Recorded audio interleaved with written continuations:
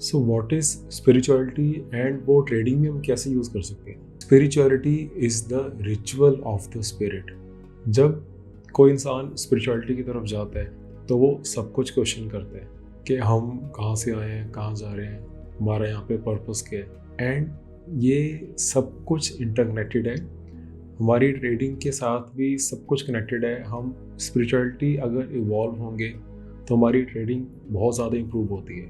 हो सकता है कि जो न्यू ट्रेडर्स मार्केट में आएंगे उनको ये समझ ना आ रहा हो, बट आप ये वीडियो पूरी देखो, आपको खुद समझ आएगा कि कैसे स्पिरिचुअलिटी हर चीज़ के साथ कनेक्टेड है एंड कैसे उसके साथ हम अपनी ट्रेडिंग को बहुत ज़्यादा इम्प्रूव कर सकते हैं। सो स्पिरिचुअलिटी के अंदर हम काफ़ी हम्बल हो जाते हैं, हमारे इमोशंस काफ़ी स्टेबल हो जाते हैं एंड हमारा थॉट प्रोसेस में काफ़ी फोकस आ जाता है। ये सब ट्रेडिंग के अंदर बहुत ज़्यादा इम्प्रूवमेंट लेके आते हैं। अब जो भी स्पिरिचुअलिटी पे इस पाथ पे चलता है वो क्या क्या फॉलो करता है? वो मोस्टली मेडिटेशन करेगा, they will do mindfulness, yoga, then breath work होता है, spending time in nature and being comfortable alone. And ये सारी चीज़ें ट्रेडिंग से डायरेक्ट रिलेटेड है, एकदम इनका प्रॉपर रिलेशन है ट्रेडिंग के साथ। तो जो ये मेडिटेशंस, माइंडफुलनेस, ये सब बहुत बड़े टॉपिक्स हैं, इन पे इंडिविजुअल सेपरेट वीडियोस बन सकती है। अगर आपको चाहिए कि इनमें अलग वीडियोस बनाऊं तो मुझे कमेंट्स में बताना। I will try to make video on all this individual topics separately, but एक शॉर्ट में डिस्कस करने के लिए, इसी वीडियो में सब कुछ डिस्कस करने के लिए हम बेसिकली समझ लेते हैं सबसे पहले मेडिटेशन क्या होती है। तो मेडिटेशन में हम बेसिकली अपने कुछ mental techniques and physical techniques use करते हैं अपने आप को थोड़ा सा स्टेबल करने के लिए, काम करने के लिए अपने आप को। उसके अंदर जितना ज़्यादा हम प्रैक्टिस करते हैं उतना ज़्यादा हम अपनी एंजाइटी को, स्ट्रेस लेवल्स को धीरे धीरे रिड्यूस कर पाते हैं। एंड जब वो होता है उसके साथ हमारी जो डिसीजन टेकिंग पावर है वो काफ़ी स्टेबल हो जाती है। हम इर्रेशनल डिसीजंस नहीं लेते, हम बहुत आराम से सोच समझ के डिसीजन लेते हैं। हम आउट ऑफ इम्पल्स किसी और को देख के डिसीजंस नहीं लेते, हम अपने खुद के थॉट्स, खुद के कैलकुलेशन के हिसाब से हम डिसीजंस लेते हैं।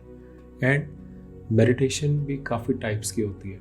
एक वॉकिंग मेडिटेशन होती है जिसमें आप वॉक करते करते कॉन्शियसली एक एक स्टेप पे फोकस कर रहे हो, अपनी ब्रीदिंग पे फोकस कर रहे हो। Then there is mantra meditation जो मैं इंडिविजुअली करता हूँ। उसके अंदर आप कोई वर्ड या किसी सेंटेंस को बार बार रिपीट करते हो। वो हो सकता है आप लाउडली रिपीट कर रहे हो या फिर आप अंदर ही अंदर बस अपने आप को ही स्लोली विस्पर कर रहे हो, but that is mantra meditation. इसके अंदर भी बेसिकली आपका ध्यान सारा एक ही चीज़ पे आता है। आपका आजकल के टाइम में आपको पता है कैसे हम कितना ज़्यादा डिस्ट्रैक्टेड है, तो इससे आप बहुत ज़्यादा स्टेबल होते हो, आप बहुत ज़्यादा काम होते हो एंड वही चीज़ फिर आपकी आगे जाके ट्रेडिंग में हेल्प करती है। आप डिसीजंस आराम से ले पाते हो। आपको कोई भी ट्रेड में एंटर करने से पहले कोई जल्दी नहीं होती, कोई भी ट्रेड से निकलने से पहले कोई जल्दी नहीं होती।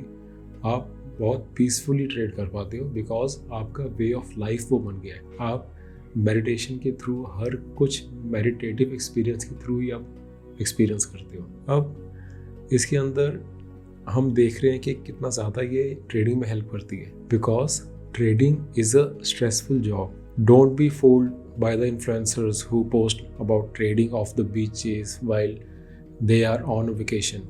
Trading does require full focus and is best done in a relaxed state of mind. If we are not able to focus and keep ourselves calm, we will be carried away by emotions easily and take irrational decisions while trading, which can often result into huge blunders. मैंने बहुत traders को देखा है जो अपने emotions control नहीं कर पाए थे एंड काफ़ी बारी बहुत जल्दी अग्रेसिवली ट्रेड करके, ओवर ट्रेड करके अपने कितने महीनों की जो प्रॉफिट था, कैपिटल था, वो एक ही दिन में सारा वाइप आउट कर देते हैं। वो इसीलिए होता है बिकॉज उनके थॉट्स प्रोसेस, उनके एक्शंस उन्हीं के कंट्रोल में नहीं होते। ये सुनने में थोड़ा अजीब लग रहा है बट ऐसे ही होता है बिकॉज वो आउट ऑफ इम्पल्स इतने क्विक डिसीजंस ले रहे होते हैं कि उनको खुद समझ नहीं आता कि ये डिसीजन उन्होंने क्यों लिया। जब मार्केट बंद होती है उसके बाद जब आराम से बैठ के देखते हैं तब वो समझ आता है उन्हें कि यार जो हमने एग्जिट कर दिया था स्टॉक, इसमें एग्जिट का तो कोई रीज़न ही नहीं था अभी। बट वो ट्रेडिंग करते हुए समझ नहीं आता, वो बाद में समझ आता है। इसलिए मैं ये सजेस्ट करूँगा कि आप सबसे first thing of the morning आप सबसे पहले मेडिटेशन करो, एंड उसके बाद भी फॉर द एंटायर डे आप उसके अकॉर्डिंग थोड़ा सा माइंडफुल रहो कि आप कोई भी डिसीजन ले रहे हो तो वो सोच समझ के ले रहे हो या फिर इम्पल्सिवली ले रहे हो। The second one is mindfulness. और माइंडफुलनेस जो है वो भी आपके स्ट्रेस को बहुत ज़्यादा रिड्यूस करते हैं, बिकॉज आप माइंडफुलनेस में आप कुछ भी जो भी कर रहे हो आप बहुत माइंडफुली कर रहे हो, आप बिना सोचे समझे कुछ नहीं कर रहे हो, आपका हर एक एक्शन के पीछे काफ़ी थॉट प्रोसेस चल रहा है। तो ये थोड़ा बहुत कनेक्टेड लग रहे हैं मेडिटेशन के साथ, बट यस माइंडफुलनेस और मेडिटेशन ये दोनों बहुत ज़्यादा हेल्प करते हैं। अब आपने काफ़ी बारी आप जो फोमो में ट्रेड्स ले लेते हो, वो भी अगर आप माइंडफुल होगे तो आप फोमो वाले ट्रेड्स आपके काफ़ी कम हो जाएंगे। आप कोई ट्रेड ले रहा है, कुछ भी ट्रेड कर रहा है, कोई बड़ा इन्वेस्टर कोई स्टॉक में एंटर कर गया है, आपको उससे कोई मैटर नहीं करेगा। आपको पता है कि मैंने यार अपना माइंडफुली, मेरा अपना एक थॉट प्रोसेस है, मेरी अपनी स्ट्रैटेजी है। मेरी स्ट्रैटेजी अगर बता रही है कि इसमें कोई बाय बन रहा है तो मैं एंट्री करूँगा, नहीं बन रहा तो मैं एंट्री नहीं करूँगा, जो मर्जी वो स्टॉक लेता रहे। एक बारी आपके अंदर वो कॉन्फिडेंस आ जाएगा, आपके अंदर वो कामनेस आ जाएगी, तो वो इन स्पिरिचुअलिटी के थ्रू, ये प्रैक्टिसेस के थ्रू ही आएगी। And it happens because we usually don't train mindfully, we just trade out of greed and fear. इसलिए सारे प्रॉब्लम्स होती हैं।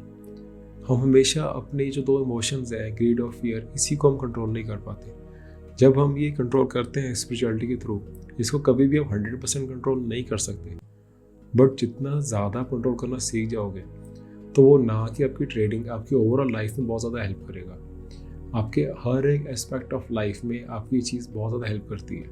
Now the next one is yoga. अब आप सोच रहे होगे कि योगा का क्या लिंक है ट्रेडिंग के अंदर। योगा से तो आपको लगेगा सिर्फ अपनी बॉडी को स्ट्रेच करना है या फिर थोड़े से आसन्स करने हैं, उसके अंदर आपको मेडिटेशन तो चलो समझ आता है थोड़ा बहुत, योगा का क्या लिंक है। बट योगा सिर्फ आसन प्रैक्टिस नहीं है, उसमें भी आपको एक्चुअल में बहुत ज़्यादा आपका स्ट्रेस रिलीफ में हेल्प होता है। आपको अगर आप फिजिकल इसका एक्सपेक्ट्स में भी चलो, अगर आप यहाँ पे आसना के हिसाब से भी अगर इसको देखते हैं हम, योगा के अंदर आप जो स्ट्रेचिंग करते हो एंड जो आपके फिजिकल आसन है, अब एक ट्रेडर की जॉब जो है वो इमोशनली मेंटली तो एग्जॉस्टिंग है ही है, बट वो फिजिकली एग्जॉस्टिंग भी है। आपको मार्केट के आगे बैठना है, आपको स्कैनिंग करनी है, आपको प्रैक्टिस करनी है, आपको सीखना है यूट्यूब वीडियोस से, आपको रीडिंग करके सीखना है, कुछ भी आपने करना है। हर किसी चीज़ के अंदर आपको एक पोस्चर में बैठना होता है। एंड आजकल हम कितना ज़्यादा टाइम स्पेंड कर रहे हैं बैठे हुए। तो योगा के थ्रू आपकी जब फ्लेक्सिबिलिटी रहती है, जब आपका ओवरऑल पोस्चर ठीक है, जब आपको आपकी फिजिकली बॉडी परेशान नहीं कर रही है, आपको ईजिली बैठने दे रही है लंबे टाइम के लिए, तो वो ही आपको हेल्प करेगी ओवरऑल ट्रेडिंग के अंदर भी। ये सब रिलेटेड है ट्रेडिंग के साथ। Next point is spending time in nature. अब माइंडफुलनेस हमने देखा, मेडिटेशन हमने देख लिया, तो स्पेंडिंग टाइम इन नेचर में इसमें क्या होता है कि जब आप नेचर में रहते हो, आप रिलैक्स मोड में रहते हो, आप बहुत ज़्यादा हमेशा गैजेट्स के आसपास नहीं हो, जो कि ट्रेडिंग में आपको रहना पड़ता है अपने स्क्रीन के सामने। तो जब वहाँ से ब्रेक लेके आप नेचर में टाइम स्पेंड करते हो, तो एक तरह से आप रीसेट हो रहे होते हो। आप और अच्छा ट्रेड करने के लिए आपका एक रीसेट बटन है नेचर में जाना। एंड नेचर में जाके आप मेटाफोरिकली आप ऐसे देखोगे कि आप जो प्रोसेस देखोगे नेचर का प्रोसेस है, अगर कोई चीज़ जैसे ग्रो हो रही है, कोई प्लांट, कोई ट्री ग्रो हो रहा है, आपको वो देख के सबकॉन्शियसली समझ आ रहा है कि वो कितना टाइम उसने लिया ग्रो करने के लिए। वो 1-2 दिन में नहीं हुआ। आपके जो इन्वेस्टमेंट्स हैं वो भी 1-2 दिन में डबल नहीं होंगी, उनको आपको अच्छे से राइड करना है। नेचर में जाके आपको नेचर से कनेक्ट होके अपने खुद के जो इनर बीइंग है उससे आप कनेक्ट होते हो। एंड जब आप स्विंग ट्रेडिंग कर रहे हो, उस टाइम पे आपका जो मार्केट के टाइम आपने देना है वो बहुत कम देना है। उस टाइम लिटरली अब काफ़ी बारी मार्केट आवर्स में मैं पार्क में बैठ के बुक रीड कर रहा होता हूँ। उससे एक तो मेरी स्विंग ट्रेडिंग अच्छी चलती है, बिकॉज मैं बार बार इंट्राडे के अंदर मैं 10-10, 15-15 बारी मार्केट को नहीं देख रहा। तो जो इंट्राडे की वॉलेटिलिटी है उससे मुझे फ़र्क नहीं पड़ता, बिकॉज मैं अगर उसमें डे की हायर टाइम फ्रेम देख रहा हूँ, मैं बड़े चार्ट्स देख रहा हूँ, तो इंट्राडे में क्या होता है वो मैं जितनी बारी अगर देखूँगा तो उससे मुझे कोई बेनिफिट तो नहीं होगा, इनफैक्ट उतना ज़्यादा मुझे प्रॉब्लम होगी उसके अंदर। मैं बीच बीच में पैनिक हो सकता है कर जाऊँ। इसलिए मार्केट से थोड़ा डिस्कनेक्ट होके ट्रेडिंग में हम जो अपना स्पेंड करते हैं टाइम नेचर के अंदर जाके, उससे हमें उतनी ज़्यादा और बेनिफिट होता है। अब last point is being comfortable alone. अब एक ट्रेडर की जो जॉब होती है वो लिटरली बिल्कुल लोनली जॉब है। यस, जब आप कुछ लर्न कर रहे हो तब आप फ्रेंड्स के साथ बैठ के अपनी स्ट्रेटजी डिस्कस कर सकते हो, बट ओवरऑल ट्रेडिंग एक इंडिविजुअल जॉब है। इसमें अगर आप किसी ग्रुप साथ बैठ के ट्रेडिंग करोगे भी तो आपकी ट्रेडिंग अफेक्ट होगी इसके अंदर, बिकॉज आपकी एक अलग नेचर है, आपके फ्रेंड की डिफरेंट नेचर है, आपकी रिस्क एपेटाइट अलग है, फ्रेंड की अलग है, आपकी कैपिटल डिफरेंट है, आपके फ्रेंड की डिफरेंट हो सकती है, आप कितने पॉइंट का कितना लॉस कितना बड़ा हैंडल कर सकते हो इजीली, वो हो सकता है बिल्कुल डिफरेंट हो एज़ कम्पेयर टू कि आपका फ्रेंड कितना लॉस हैंडल कर सकता है। तो कभी भी 2-3 लोगों को एक साथ बैठ के ट्रेडिंग नहीं करनी चाहिए।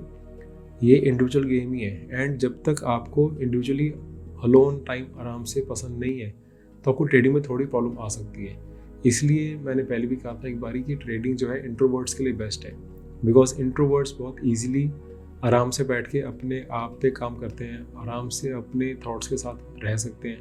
उनको इनफैक्ट अच्छा लगता है, उनकी थॉट्स उनके बॉडी रिचार्ज होती है जब वो अकेले टाइम स्पेंड करते हैं। उनको उनका मी टाइम बहुत सीक्रेट होता है।